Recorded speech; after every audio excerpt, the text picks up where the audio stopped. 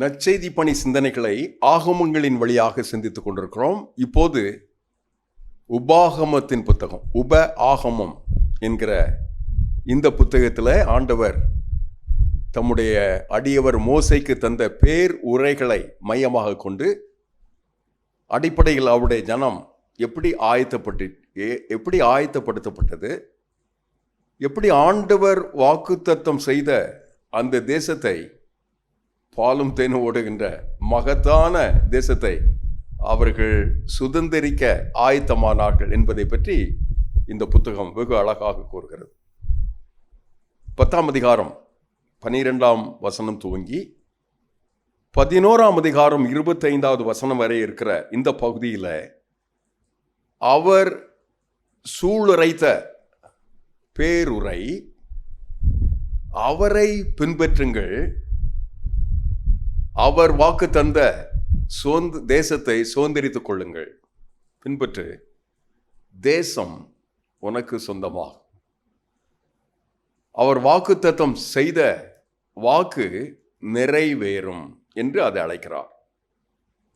இப்போது யோர்தான் நதி அண்டை வந்திருக்கிறார்கள். தூரத்திலே பார்த்தா காட்சியில கண்ணுக்கு தெரிகிறது. உள்ளே சென்று அவர்கள் சுதந்திரிக்க வேண்டும். இந்த கர்த்தரை இந்த தேசத்தில் சுதந்திரிப்பதற்காக அவர்கள் வேறு பிரிக்கப்பட்டவர்களாய், தம் சொந்த இனமாய், தமக்கென்று தெரிந்து கொள்ளப்பட்ட ஜாதியாய், பிரத்யேக ஜனமாய், சொந்த ஜனம் என்று வேதவசம் அவர்கள் அழைக்கிறது. அப்படி அவர்கள் தெரிந்து கொண்டதுனால அடிப்படையில் எப்படி இதற்காக அவர்கள் ஆயத்தமாக வேண்டும் என்று மோசே தம்முடைய சக பயணிகளுக்கு கற்றுக் கொடுக்கிறார். இந்த பயணம்தான் இன்றைக்கு 21ஆம் நூற்றாண்டில் வாழ்கின்ற நமக்கு ஆவிக்குரிய பயணம் என்று வேதவசனம் கூறுகிறது. பயணிகள் கவனிக்க என்று பேருந்துகளிலே பேசுகிறார்களே, அதே போல உலகமெங்கும் பயணம் செய்கின்ற ஆண்டவருடைய பிள்ளைகளுக்கு ஆண்டவர் இன்றைக்கும் தருகின்ற வாக்கு போல மோசையின் வாக்கு இருக்கிறது. பின்பற்று கர்த்தரை, அவர் செய்திருக்கிற வாக்குத்தத்தம் உங்களுக்கு சொந்தமாகும், தேசம் சொந்தமாகும். 10ஆம் அதிகாரத்தில் 15வது வசனத்தை வாசிக்கிறேன். கர்த்தர் உன் பிதாக்கள் பேரில் அன்பு கூறும் பொருட்டு அவர்களிடத்தில் பிரியம் வைத்து அவர்களுக்கு பின் அவர்களுடைய சந்ததியாகிய உங்களை இந்நாளில் இருக்கிறபடியே சகல ஜாதிகளுக்கென்றும் தமக்கென்று தெரிந்து கொண்டார். ஆகினாலே நீங்கள் உங்களை கடினப்படுத்தாதபடி உங்கள் இதயத்தின் நுனி தோலை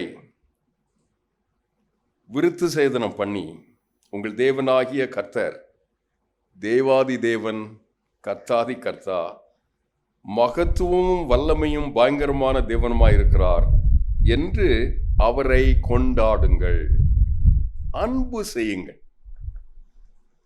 இன்றைக்கு பாடுகிறோமே அன்பு கூறுவது.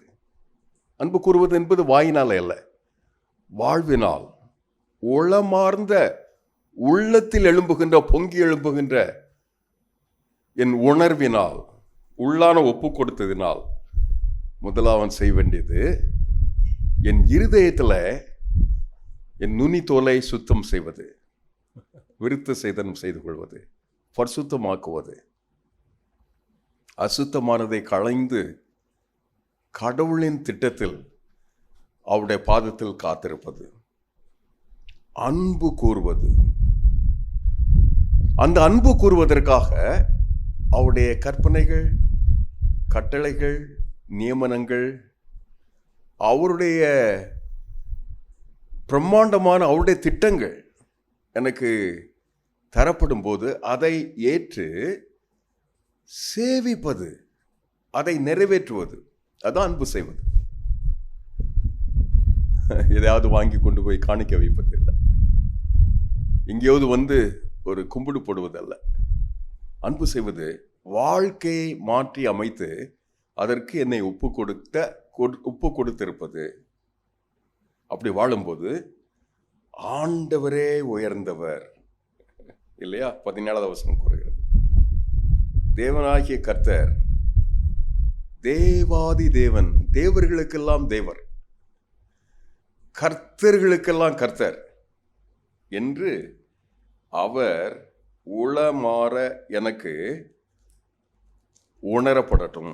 11ஆம் அதிகாரத்தின் 7-8வது வசனங்கள் இதை கூறுகிறது வெகு அழகாக. 8 17 வரைக்கும் இப்படிப்பட்ட மிக வலுவான போதனைகளை இந்த பகுதியை நமக்கு கற்றுக்கொடு. ஆகையால் நீங்கள் பலப்படுங்கள். நான் அவருடைய பிள்ளை என்று சொன்ன மாத்திரத்தில், அவர் என்னுடைய தெய்வம் என்று சொன்ன மாத்திரத்தில் புதிய அங்கீகாரம் எனக்குள்ளாக பிறக்கிறது, புதிய அதிகாரம் பிறக்கிறது, புதிய பொலிவு எனக்குள்ளாக உருவாகிறது, புத்துணர்வு வருகிறது. ஆகினால எனக்குள்ளாக பலன் வீருண்டு எழும்புகிறது. என்னை சூழ இருக்கிற, என்னை நெருக்கி இருக்கிற என்னுடைய பிரச்சனைகளை பார்க்கிறாப்புல இருக்கிற காரியங்கள் அல்ல, கடவுளுடைய பிள்ளை என்கிற என்னுடைய சரியான பார்வை, நான் அவருடைய பிள்ளை என்பதனால அவரை பார்க்கிற பார்வை, அவரை சரியான விதத்தில் பார்த்துட்டேன்னா எனக்குள்ளாக பலன் வருகிறது. நான் உனக்கும் உன் சந்ததிக்கும் ஆண்டவர் செய்கிற இந்த வாக்குத்தத்தம் பாருங்க. 120 ஆண்டுகளின் தளராத தலைமைத்துவம், 40 ஆண்டுகளின் கரடு முரடான அனுபவம். நிறைய மூத்தவர்கள் சாக போகிறார்கள், செத்து மடிந்திருக்கிறார்கள். இப்போது இளம் தலைமுறை ஒன்று காத்து கொண்டிருக்கிறது. அவர்களுக்கு பேர் உரையாக மோசே இதை கூறுகிறார். உனக்கு உன் சந்ததிக்கு என்ன சொல்லுகிறார்? பாலும் தேனும் ஓடும் கானான் தேசம். ஆண்டவர் வாக்குத்தத்தம் செய்திருக்கிற அந்த வாக்கு, அருள் வாக்கு, கர்த்தரின் கண்கள் அதன் மேல் நோக்கமாக இருக்கிறது. 11ஆம் அதிகாரத்தின் 12ஆம் வசனம் கூறுகிறது, எப்போதும் வருஷத்தின் துவக்கம் முதல் முடிவு மட்டும் எப்போதும் உன் தேவனாகிய கர்த்தரின் கண்கள் அதன் மேல் வைக்கப்பட்டிருக்கும். அந்த தேசத்தை குறிப்பாக வாக்காக எனக்கு, என் சந்ததிக்கு ஆண்டவர் தருகிறார். இந்தியாவை, இந்த தலைமுறையை, உலகெங்கும் வாழ்கின்ற தமிழ் இனத்திற்கு ஆண்டவர் செய்கிற வாக்குத்தத்தம், பலப்படுங்கள்.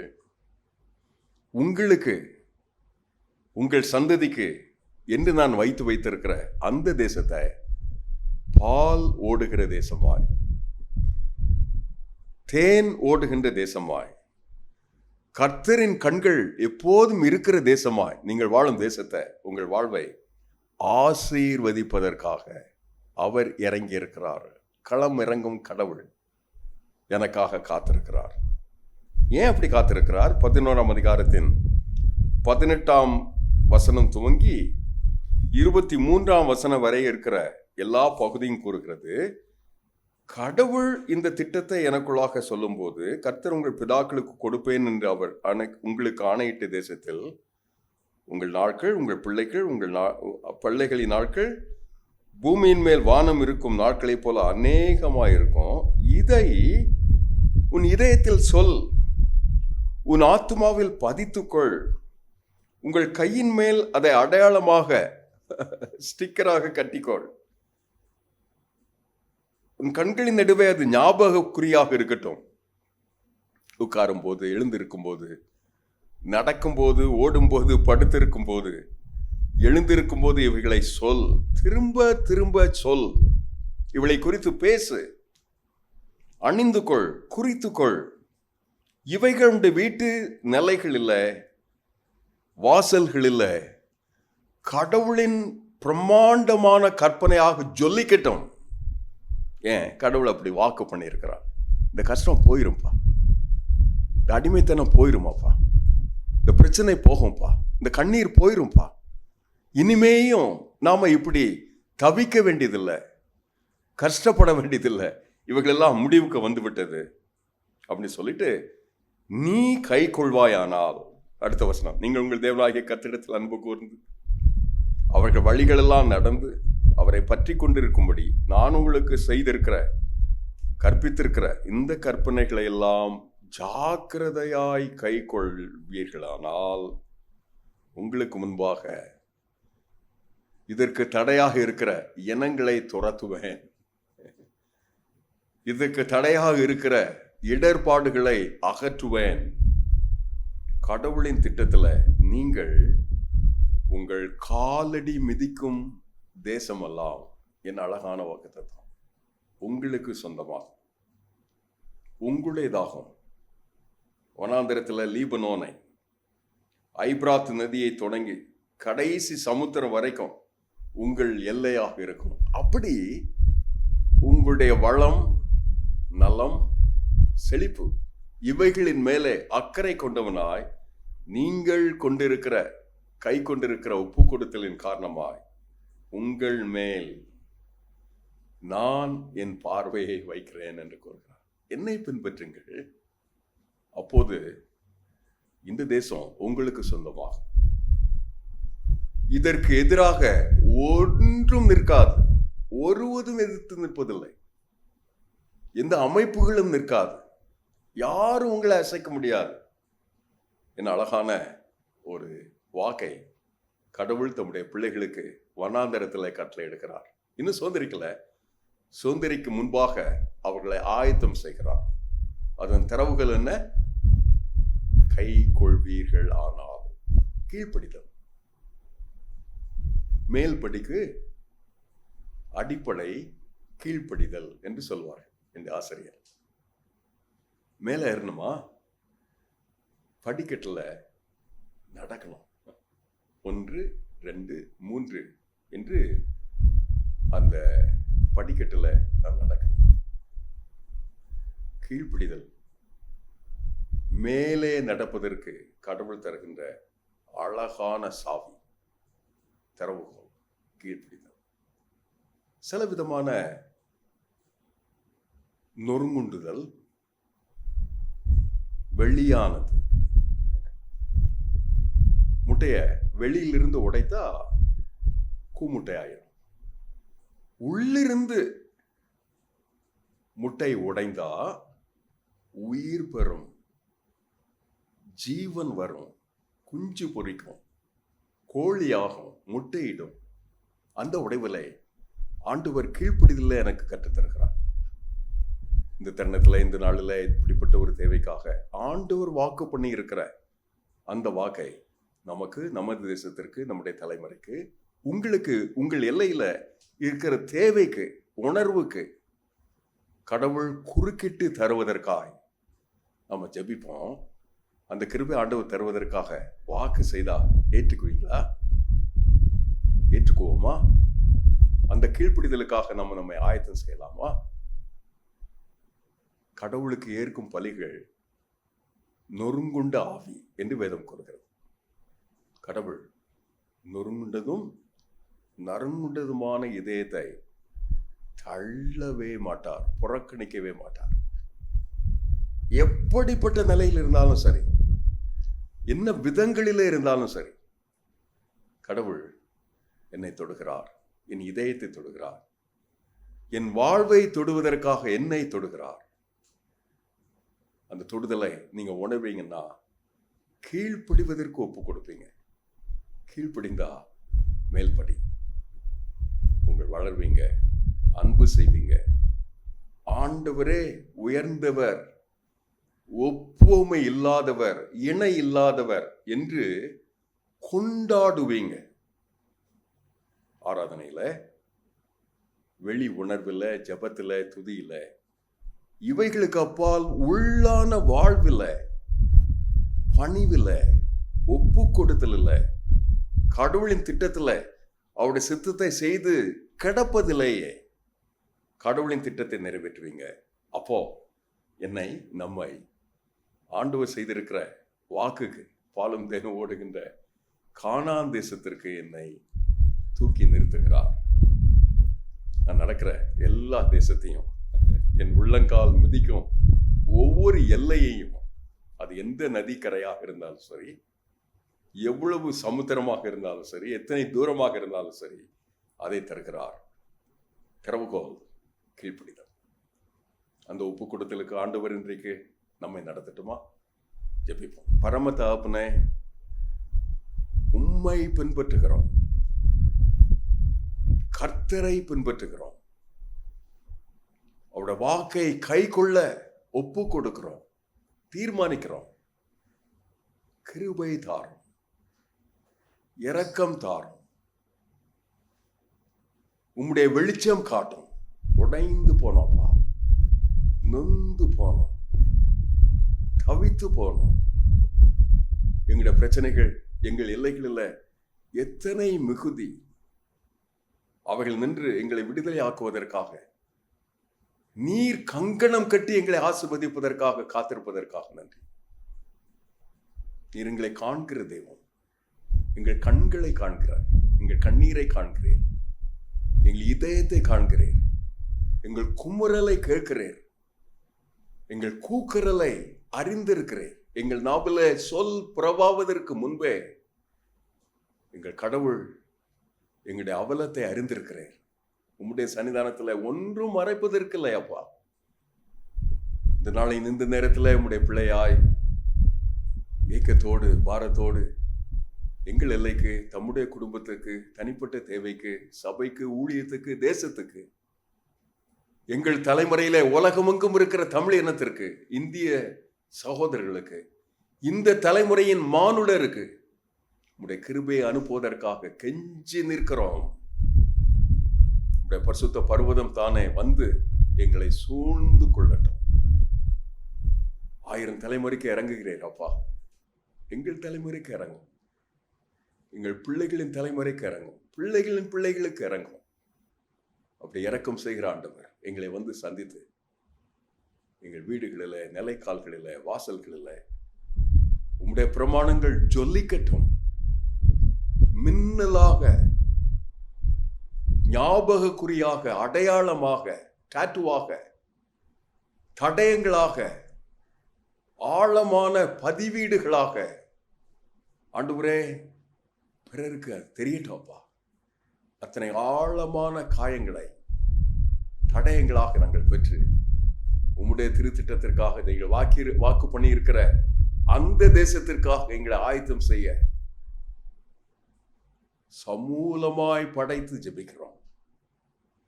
எங்கள் ஆண்டவர் இயேசு கிறிஸ்துவின் நாமத்தில் தாழ்மையாய் ஜெபிக்கிறோம் நல்ல பிதா.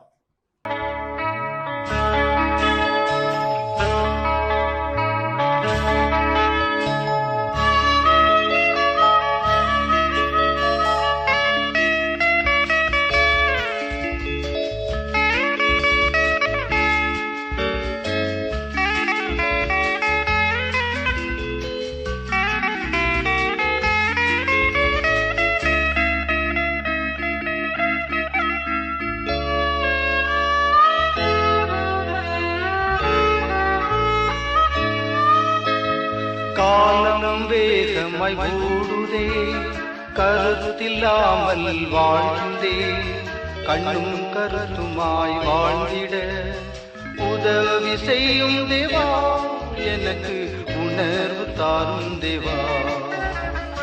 உதவி செய்யும் தேவா, எனக்கு உணர்வு தாரும் தேவா. காலம் வேகமாய் ஓடுதே,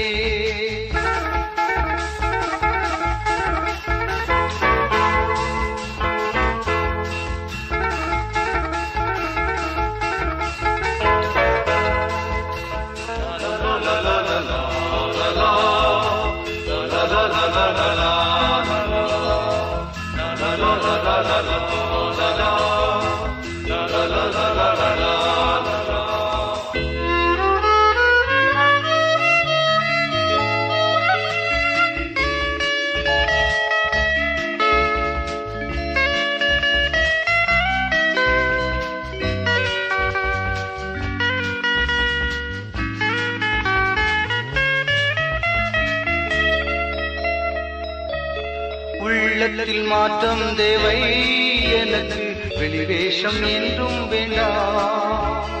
உள்ளத்தில் மாற்றம் தேவை எனக்கு, வெளிவேஷம் என்றும் வேண்டாம். மறுரூப வாழ்வை தந்து என்னை உணவானாய் மாற்றிவிடும்.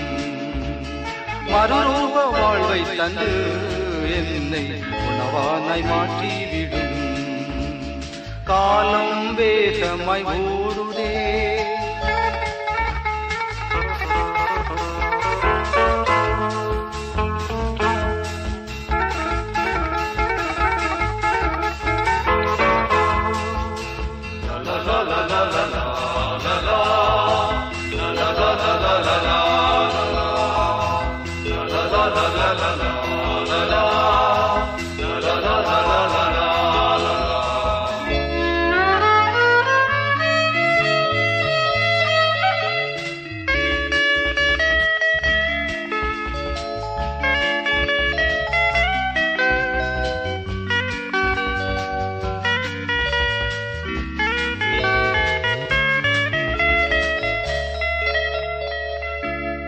கல்வாரி காட்சி கண்டேன், அந்த காயங்கள் என்னால் என்றே. கல்வாரி காட்சி கண்டேன், அந்த காயங்கள் என்னால் என்றே. அன்பின் ஆழம் கண்டு அந்த அன்புக்கு அடிமை என்றே. அன்பின் ஆழம் கண்டு அந்த அன்புக்கு அடிமை என்றே. காலம் வேகமாய் ஓடுதே.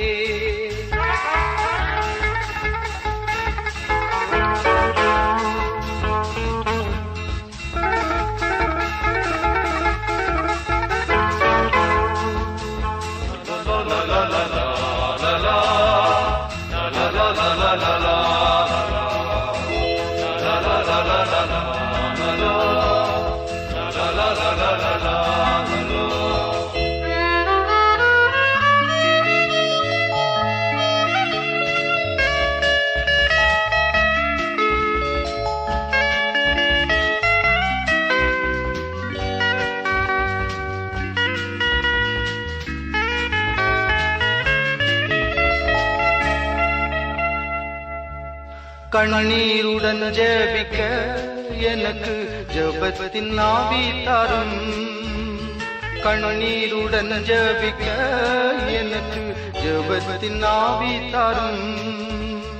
கிருபையின் காலம் இப்போதும் இயேசுவே அருள் கூர்ந்து எம்மை எழுப்பும். கிருபையின் காலம் இப்போதும் இயேசுவே அருள் கூர்ந்து எம்மை எழுப்பும். காலம் வேகமாய் ஓடுதே, கருத்தில்லாமல் வாழ்கின்றே. கண்ணும் கருத்துமாய் வாழ்ந்திட உதவி செய்யும் தேவா, எனக்கு உணர்வு தாரும் தேவா. உதவி செய்யும் தேவா, எனக்கு உணர்வு தாரும் தேவா. காலம் வேகமாய் ஓடுதே.